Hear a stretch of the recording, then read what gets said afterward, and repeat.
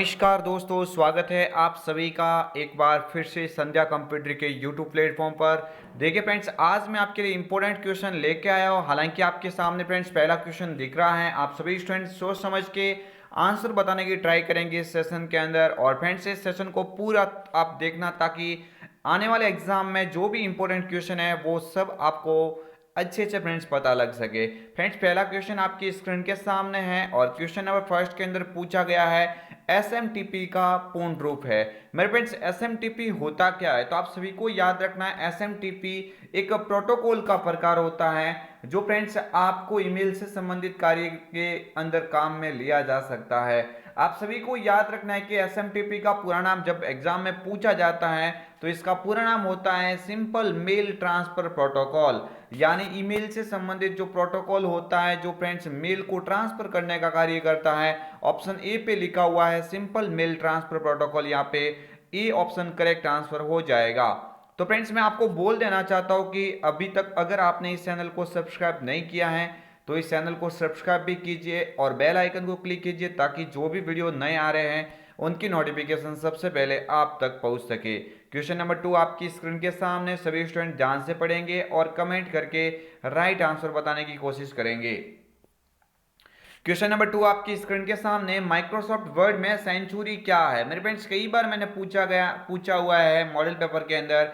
कभी कभार अल्जेरियन पूछा तो कभी एरियल का पूछा गया, कभी कैलिब्री का पूछा तो कभी टाइम्स न्यू रोमन का पूछा गया है। तो आपको याद रखना है सेंचुरी भी एक किसका प्रकार है? एक फॉन्ट का प्रकार हो जाएगा। ऑप्शन जो सी पे लिखा हुआ है क्या एक फॉन्ट की श्रेणी में आ जाएगा? अगर डिफॉल्ट फॉन्ट पूछा जाए तो आपको मैंने कई बार बोला हुआ कैलिब्री बॉडी हो जाएगा। बट ये नाम आपको दिखे तो आप क्या बोलेंगे? एक फॉन्ट का प्रकार माना जाएगा। आगे वाला क्वेश्चन आपकी स्क्रीन के सामने, M S Excel. Friends, M S Excel में छोटे चार्ट एक्सेल्स में एम्बेडेड होते हैं जो कि दृश्य प्रवृत्ति सारांश देने के साथ साथ डेटा को भी दर्शाता है। यानी क्वेश्चन काफी ही महत्वपूर्ण है, आप सभी को याद रखना है। क्वेश्चन एग्जाम में कई बार ये पूछा जा चुका है। एम एस एक्सेल में छोटे चार्ट, यानी आपको याद रखना है छोटे चार्ट की जब बात होती है और ये क्या करता है, एक सेल में एम्बेडेड होते हैं जो कि दृश्य प्रवृत्ति सारांश देने के साथ साथ डेटा को भी दर्शाता है।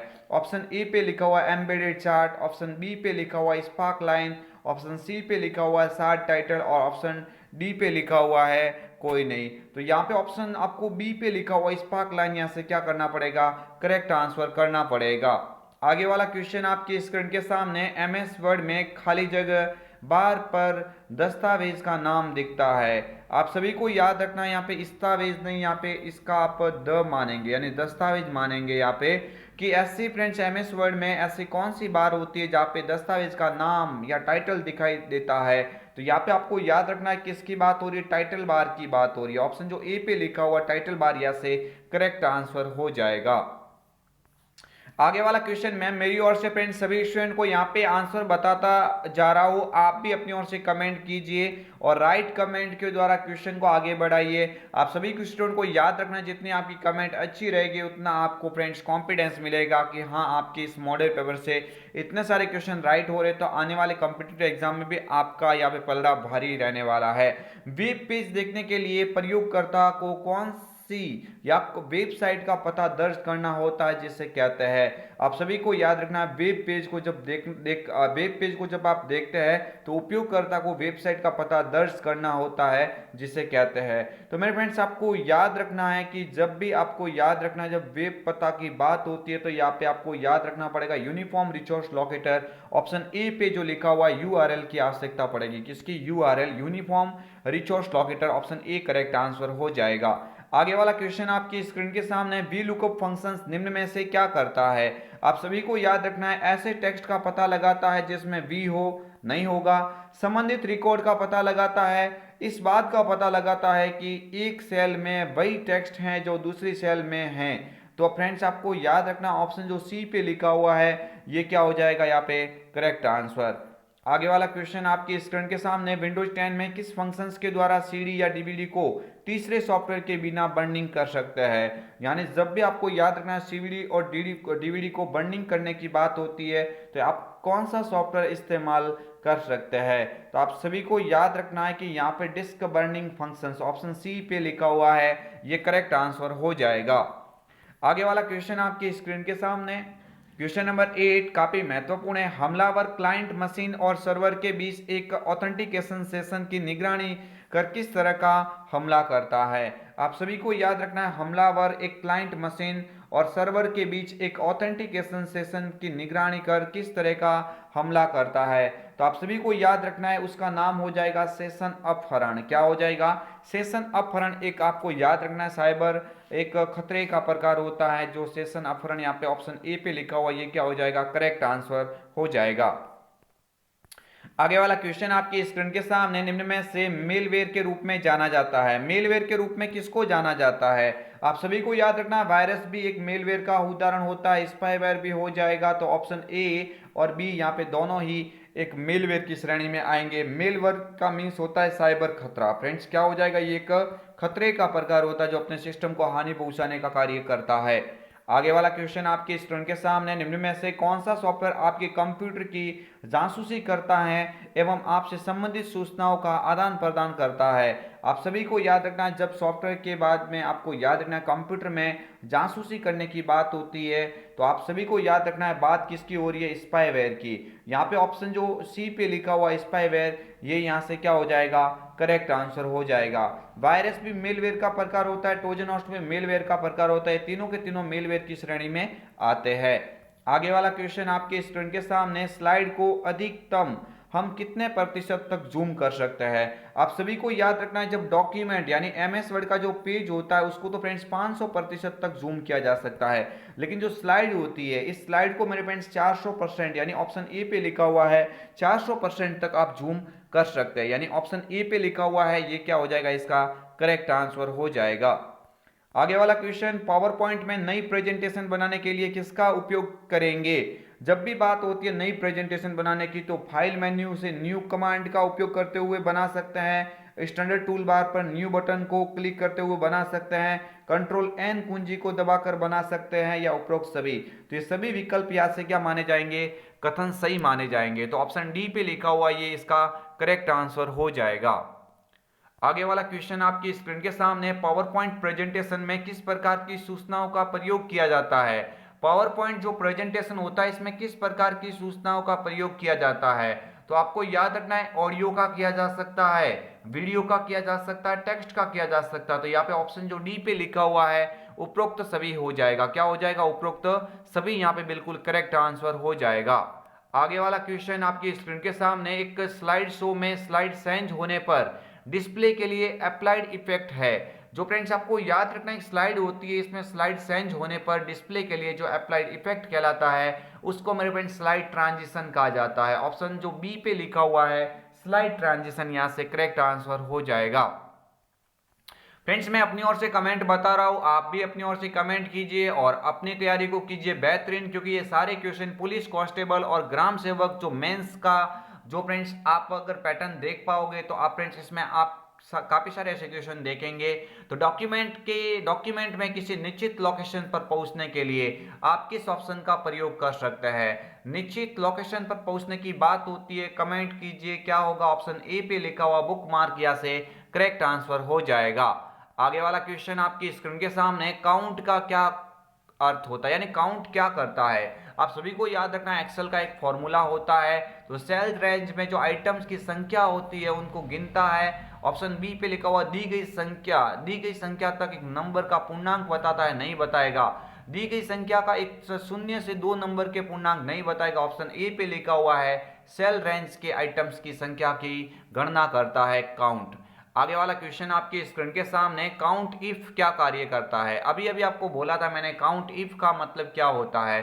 तो एक क्राइटेरिया के मिलने पर मैच करते हुए आइटम्स की गणना करता है। ऑप्शन ए पे लिखा हुआ है काउंट इफ का क्वेश्चन एवरी टाइम बनता है, आप सभी को याद रखना। ऑप्शन ए पे लिखा हुआ है कि क्राइटेरिया के मिलने पर मैच करते हुए आइटम्स की गणना करता है कौन? Count if. आगे वाला क्वेश्चन आपकी स्क्रीन के सामने, माइक्रोसॉफ्ट एक्सेल 2010 में चयनित सेल में से एक चार्ट बनाने के लिए कीबोर्ड की कौन सी शॉर्टकट कीज का प्रयोग किया जाता है। आप सभी को याद रखना है कि शॉर्टकट कीज जब चार्ट बनाने की बात होती है तो चार्ट बनाने के लिए आप F11 का उपयोग कर सकते हैं। ऑप्शन जो बी पे लिखा हुआ है ये करेक्ट आंसर यहाँ से हो जाएगा। F5 से फ्रेंड्स साधारण डेस्कटॉप पे आप रिफ्रेश के लिए उपयोग में ले सकते हैं। F7 फ्रेंड्स ग्रामेटिकल यानी स्पेलिंग चेक के लिए कर सकते हैं। F3 यानी आप याद रखना है सर्च बॉक्स को ओपन करने के लिए इसका उपयोग कर सकते हैं। तो यहाँ पे ऑप्शन जो बी पे लिखा हुआ F11 करेक्ट आंसर हो जाएगा। आगे वाला क्वेश्चन, किस कमांड के द्वारा एनिमेशन का प्रभाव तुरंत देख सकते हैं। आप एनिमेशन प्रभाव देखना चाहते हैं, जो एनिमेशन दिया है उसको तुरंत आप देखना चाहते हैं तो आप किसका उपयोग करेंगे। मेरे फ्रेंड्स यहाँ पे प्रीव्यू का उपयोग किया जाता है। ऑप्शन जो ए पे लिखा हुआ है प्रीव्यू, यहाँ से क्या हो जाएगा करेक्ट आंसर। स्लाइड ट्रांजिशन नहीं होगा, प्रेजेंट एनिमेशन नहीं होगा, एक्शन सेटिंग नहीं होगा। ऑप्शन जो ए प्रीव्यू यहाँ से करेक्ट आंसर हो जाएगा। आगे वाला क्वेश्चन आपकी स्क्रीन के सामने, माइक्रोसॉफ्ट वर्ड में थेसोस टूल बार किस कार्य के लिए प्रयुक्त होता है। थेसोस टूल बार का आपको उपयोग करना है वर्तनी या समानार्थी। मेरे फ्रेंड्स आपको याद रखना थेसोस का उपयोग किसके लिए होगा, तो समानार्थ एवं विपरीत शब्दों के लिए किया जाता है। ऑप्शन जो सी पे लिखा हुआ है ये क्या हो जाएगा, यहाँ से करेक्ट आंसर हो जाएगा। आगे वाला क्वेश्चन आपकी स्क्रीन के सामने, एमएस वर्ड में टेक्स्ट की मध्य में लाने की शॉर्टकट कुंजी कौन सी है। तो फ्रेंड्स ये पेज होता है, इस पेज के मध्य में कोई लाना है आपको तो मध्य में लाना यानी सेंटर। सेंटर की शॉर्टकट की कौन सी हो जाएगी, तो कंट्रोल के साथ में ई, यानी ऑप्शन जो बी पे लिखा हुआ है ये करेक्ट आंसर हो जाएगा। आगे वाला क्वेश्चन आपकी स्क्रीन के सामने, वर्ड में टेबल को तोड़ने के लिए किस शॉर्टकट कुंजी का प्रयोग किया जाता है। जो वर्ड होता है एमएस वर्ड होता है, इसमें आप टेबल को तोड़ना चाहते हैं तो कंट्रोल शिफ्ट के साथ में एंटर का उपयोग किया जाता है। फ्रेंड्स ये क्वेश्चन बना हुआ है, कंट्रोल शिफ्ट के साथ में एंटर कीज दबाने से टेबल को तोड़ा जा सकता है। आगे वाला क्वेश्चन आपकी स्क्रीन के सामने, एमएस वर्ड में टेक्स्ट अलाइनमेंट कितने प्रकार के होते हैं। एमएस वर्ड होता है, इसमें टेक्स्ट अलाइनमेंट फ्रेंड्स एक तो लेफ्ट होता है, एक राइट होता है, एक बीच का सेंटर हो जाएगा और एक जस्टिफाई, यानी 4 प्रकार के हो जाएंगे। ऑप्शन डी करेक्ट आंसर हो जाएगा। आगे वाला क्वेश्चन आपकी स्क्रीन के सामने, पेज सेटअप कमांड का उपयोग कर सकते हैं। पेज सेटअप कमांड का उपयोग किसके लिए किया जाता है, तो आपको याद रखना है मार्जिन, पेपर साइज, पेपर स्रोत, लेआउट, फाइल का नाम। तो फ्रेंड्स यहाँ पे भी क्या हो जाएगा, ऑप्शन ए और बी दोनों के दोनों क्या हो जाएंगे करेक्ट आंसर की यहाँ पे कहलाएंगे। ऑप्शन जो सी यहाँ से करेक्ट आंसर हो जाएगा। पेपर की साइज भी सेट कर सकते हैं और स्रोत का लेआउट भी चेंज कर सकते हैं। आगे वाला क्वेश्चन आपकी स्क्रीन के सामने, पैराग्राफ व लाइनों के मध्य की जगह को व्यवस्थित करने के लिए किस कमांड का प्रयोग किया जाता है। जो फ्रेंड्स पैराग्राफ होता है उसमें लाइनों के मध्य की फ्रेंड्स जो बात हो रही है तो यहाँ पे आप किसका उपयोग करेंगे, लाइन, पैराग्राफ या लाइन एंड पैराग्राफ स्पेसिंग। तो ऑप्शन जो सी पे लिखा हुआ है लाइन एंड पैराग्राफ स्पेसिंग का उपयोग करेंगे। ऑप्शन सी करेक्ट आंसर यहाँ से हो जाएगा। ये फ्रेंड्स मॉडल पेपर काफी महत्वपूर्ण है आपके एग्जाम की दृष्टि से, और मैं क्या बोल रहा हूँ एग्जाम में बिल्कुल क्वेश्चन बने हुए हैं। आप सभी इसको आप अपनी ओर से फ्रेंड्स एक बार अवश्य इसको पढ़ना और इसको बार बार रिपीट करना। क्वेश्चन काफी महत्वपूर्ण है आज इस मॉडल पेपर के अंदर। वर्ड में कन्वर्ट टू टेक्स्ट का प्रयोग किसके लिए किया जाता है। टेबल को टेक्स्ट में परिवर्तित करने के लिए, टेक्स्ट को टेबल में परिवर्तित करने के लिए, ए और बी दोनों या कोई नहीं। तो आपको याद रखना है कन्वर्ट टू टेक्स्ट। तो आपको याद रखना है कन्वर्ट टू टेक्स्ट का मतलब क्या हो जाएगा, कन्वर्ट टू टेक्स्ट यानी आपको याद रखना है टेबल को टेक्स्ट में परिवर्तित करने के लिए या टेक्स्ट को टेबल में परिवर्तित करने के लिए।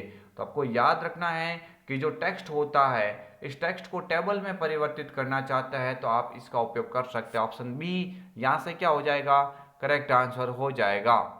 आगे वाला क्वेश्चन आपकी स्क्रीन के सामने, किस चार्ट के ऊपर बना बॉक्स जिसमें प्रत्येक व्यक्तिगत रिकॉर्ड का नाम अंकित होता है वह कहलाता है। आप सभी को याद रखना है कि किसी चार्ट के ऊपर बना वह बॉक्स कौन सा है जिसमें प्रत्येक व्यक्तिगत रिकॉर्ड के नाम को अंकित किया जाता है।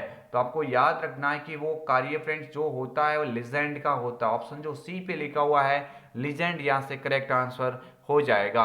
आगे वाला क्वेश्चन आपकी स्क्रीन के सामने, भारत में साइबर अपराध और इलेक्ट्रॉनिक कॉमर्स से संबंधित कानून है।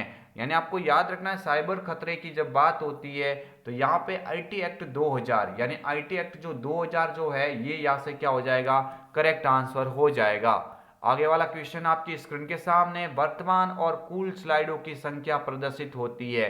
वर्तमान और कुल स्लाइडों की संख्या कौन प्रदर्शित करता है, कितनी स्लाइड है ये कौन दिखाएगा, तो ये फ्रेंड्स दिखाई देगी आपको स्टेटस बार के ऊपर। ऑप्शन जो बी पे लिखा हुआ है स्टेटस बार यहाँ से क्या हो जाएगा, करेक्ट आंसर हो जाएगा। आगे वाला क्वेश्चन आपकी स्क्रीन के सामने, डिलीट कमांड द्वारा किस प्रकार की स्लाइड को हटाया जा सकता है। तो आप सभी को याद रखना डिलीट कमांड का उपयोग कब करेंगे स्लाइड को हटाने के लिए। सभी स्लाइडों को हटाया जा सकता है, चालू स्लाइडों को हटाया जा सकता है, पहले की स्लाइड हटाई जा सकती है, कोई नहीं। तो डिलीट कमांड के द्वारा आप जो चालू स्लाइड है, वर्तमान की जो करंट स्लाइड है उसको हटाया जा सकता है। आगे वाला क्वेश्चन आपके स्क्रीन के सामने, किस व्यू में सभी स्लाइड और उनके ऑब्जेक्ट को एक साथ सिलेक्ट कर सकते हैं। एक साथ सिलेक्ट करना, तो आप सभी को याद रखना है एक साथ स्लाइड को आप सिलेक्ट तब कर सकते हैं जब सभी स्लाइडों को छोटी छोटी तस्वीर में विभाजित करेंगे, एक साथ देखेंगे। तो यहाँ पे ऑप्शन ए पे लिखा हुआ slide sorter view, option A पे लिखा हुआ ये क्या हो जाएगा, यहाँ से करेक्ट आंसर हो जाएगा। आगे वाला क्वेश्चन आपकी स्क्रीन के सामने, आप अपने विंडोज 10 डिवाइस को खाली जगह पर क्लिक करके स्लीप मोड या शटडाउन या रीस्टार्ट कर सकते हैं। तो स्लीप डाउन, रीस्टार्ट, शटडाउन ये सब किसके द्वारा किया जा सकता है, तो ऑप्शन ए पे लिखा हुआ है पावर ऑप्शन या पावर बटन का उपयोग कर सकते हैं। आगे वाला क्वेश्चन आपके स्क्रीन के सामने, पॉइंटिंग इनपुट डिवाइस के उदाहरण हैं। तो पॉइंटिंग इनपुट डिवाइस के उदाहरण में कौन से आ जाएंगे, टच पैड भी आ जाएगी, ट्रैक पॉइंट आ जाएगा, ट्रैक बॉल आ जाएगा, माउस आ जाएगा, जॉयस्टिक आ जाएंगे, ये सारे पॉइंटिंग डिवाइस। ऑप्शन डी यहाँ से क्या हो जाएगा, करेक्ट आंसर हो जाएगा। आगे वाला क्वेश्चन आपकी स्क्रीन के सामने, वह युक्ति कौन सी है जो इनपुट और आउटपुट दोनों की तरह काम करती है। आप सभी को याद रखना है वह युक्ति कौन सी है जो इनपुट और आउटपुट दोनों की तरह काम करती है। तो दोनों की तरह मेरे फ्रेंड्स काम कौन करेगी, इनपुट और आउटपुट दोनों की तरह। तो यहाँ पे ऑप्शन ए पे लिखा हुआ है फैक्स मशीन हो जाएगा। ऑप्शन ए पे लिखा हुआ क्या, फैक्स मशीन, क्योंकि ये इनपुट होता है, माउस कीबोर्ड भी इनपुट होता है, दोनों की तरह कार्य, fax machine option A correct answer हो जाएगा। और इस मॉडल पेपर का सबसे अंतिम क्वेश्चन सभी स्टूडेंट ध्यान से पढ़ेंगे और राइट कमेंट के द्वारा इस सेशन को पूरा करेंगे। पेन ड्राइव को और किस नाम से जाना जाता है, तो मेरे फ्रेंड्स पेन ड्राइव होती है उसको फ्लैश मेमोरी के नाम से जाना जाता है। ऑप्शन ए यहाँ से करेक्ट आंसर हो जाएगा। तो ये हम आपके लिए लेके आए थे इंपॉर्टेंट 35 क्वेश्चन। फ्रेंड्स आज के क्वेश्चन काफी इंपॉर्टेंट थे, महत्वपूर्ण थे। हालांकि आपने कोई क्वेश्चन पहली बार देखा होगा, इस क्वेश्चन के अंदर से आपको काफी सारे एग्जाम में देखने को मिलेंगे। तो अगर वीडियो आपको पसंद आया है तो इस चैनल को सब्सक्राइब करें और इस वीडियो को लाइक करें, वीडियो को ज़्यादा से ज़्यादा शेयर करें ताकि और भी अन्य स्टूडेंट तक हमारी ये क्लास को पहुंचाया जा सके। मिलेंगे कल एक और आने वाली नई क्लास के लिए, तब तक के लिए जय हिंद, वंदे मातरम, जय भारत।